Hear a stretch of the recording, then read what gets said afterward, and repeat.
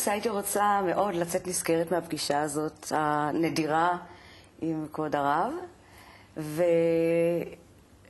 ולצאת מכאן מואשרת, כי דברים שאני אגיד הם לא כל כך חשובים. אני רוצה ללמוד, אני רוצה לראות את היצירה שלי אולי בראי הקבלה, אולי הקבלה רואה בעבודה שלי איזה שהם נדבכים או רבדים שאני לא מודעת להם, אולי באופן אינטואיטיבי אני כן מתחברת אליהם. אז זה בעצם, כבוד הרב, מה שהייתי רוצה לבקש ממך. זאת המתנה שלי להיום. היצירה שלך באמת היא יצירה מבורכת ומאוד חשובה, והיא דומה למה שבורא עושה איתנו. כי בסופו של דבר הוא מחנך אותנו.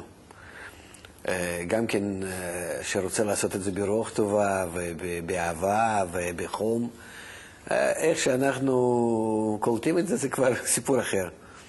אבל בהחלט העבודה הזאת עם הילד, עד שהוא גודל ולא מבין כלום ומתחיל לפתוח את העולם ולגלות אותו, זה בעצם מה שקורה לנו כשאנחנו נכנסים לגלות עולם הרוחני ורוצים לגלות אותו ונמצאים לעומתו ממש כילד קטן שמסתכל ומפוחד ולא יודע מה קורה.